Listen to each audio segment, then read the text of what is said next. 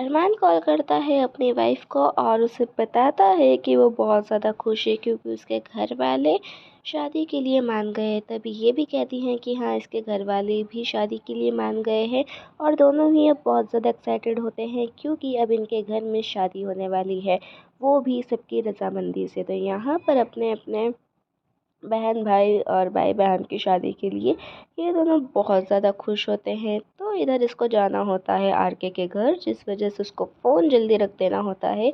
तो यहाँ पर आरके की मदर भी घर पर आ चुकी होती है क्योंकि अब लगभग उनकी तबीयत सही है। तो यहाँ पर ये मिठाई लेकर आती है और कहती है कि ये लीजिए मिठाई खाइए क्योंकि मेरे भाई की शादी फिक्स हो गई है। जिस बात से ये बहुत ज़्यादा खुश होती है और इसे बधाई देती है और कहती है कि भगवान करे कि तुम्हारे भाई की शादी निर्विघ्न संपन्न हो जाए। इस वजह से ये बहुत ज़्यादा खुश होती है और इधर आरके ने बहुत ज़्यादा फैला रखा होता है। तब बारी आती है उसे समेटने की। इधर ये थोड़ी सी परेशान हो जाती है इसकी तबीयत को लेकर। तो इधर ये बहुत खुश होती है क्योंकि घर में शादी की तैयारियां चल रही होती है। और बड़ी बात ये है कि रूही यहाँ पर शादी की तैयारियां करवा रही होती है। तो ये कहती है कि आप टेंशन मत लीजिए, हम सब मिलकर शादी की तैयारियां कर लेंगे और जिसको नाराज़ होना है उसका तो हम कुछ कर ही नहीं सकते हैं। तो कोई दिक्कत नहीं, चलिए हम शादी की तैयारियां करते हैं। तभी वहाँ पर इनकी भाभी आ जाती है और कहती है कि लाओ मुझे दे दो, मैं भी थोड़ी तैयारियां करवा देती हूँ।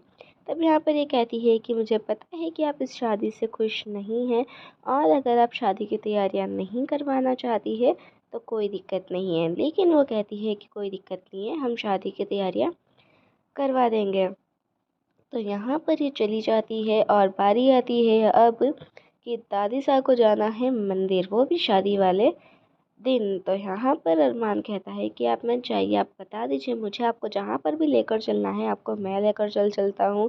लेकिन वो साफ तौर पे मना कर देती है और इसके लिए काफ़ी ज़्यादा एक्सप्लेनेशन भी देती है, जिसके लिए ये थोड़ा सा शॉक्ड रहता है कि दादी साहब इसे इतना एक्सप्लेनेशन क्यों दे रही है, आखिरकार क्या बात चल रही है। तो यहाँ दादी सा आई हुई होती है किडनैपर से मिलने और किडनैपर्स आकर उनको खुशखबरी देते हैं कि जो शिवानी थी जिसे इन्होंने किडनैप करने के लिए बोला था, वो दरअसल उनकी कैद से भाग चुकी है। और बहुत बार इनके आदमी ने इनसे कांटेक्ट करने की कोशिश की है लेकिन इन्होंने फ़ोन नहीं उठाया। इस वजह से इनके बेटे ने इनके बहू को किडनैप कर लिया था। तब दादी साहब को समझ में आता है कि जो अभीरा किडनैप हुई थी वो किसी की वजह से नहीं बल्कि इन्होंने ही उसे किडनैप करा था। तो इधर ही कहती है कि अब तुम्हें क्या चाहिए, हाल फिलहाल ये बताओ। तो वो कहता है कि हमें तो हाल फिलहाल पैसे चाहिए ताकि हम उसे ढूंढ सकें और हमें थोड़ा ज़्यादा पैसा चाहिए। इस तरीके से ये बात करती है और ये कहती है कि किसी भी हालत में वो मिलना ही चाहिए और वो अब तुम्हारी कैद से बाहर नहीं जानी चाहिए। उसे ढूंढो और उसे फिर से किडनैप करो। ये सब पीछे से अबीरा सुन लेती है और अबीरा ये भी देख लेती है कि दादी साहब ने उसे बहुत सारे पैसे दिए हैं। अब ये यहाँ पर कंफ्यूज है कि दादी साहब ने आखिरकार पैसे क्यों दिए, आखिरकार चल क्या रहा है और उन्होंने ऐसा क्यों कहा है कि अरमान को कुछ पता नहीं चलना चाहिए। ये सारे सवाल इसके दिमाग में चल रहे होते हैं और यहाँ पर दादी साहब भी देख लेती हैं कि अबीरा ने सब कुछ सुन लिया है, लेकिन वो यहाँ पर किसी को कुछ नहीं कहती है। इधर ये कहती है कि सारा काम समय पर हो जाना चाहिए और सारा काम जल्दी से जल्दी ख़त्म हो जाना चाहिए।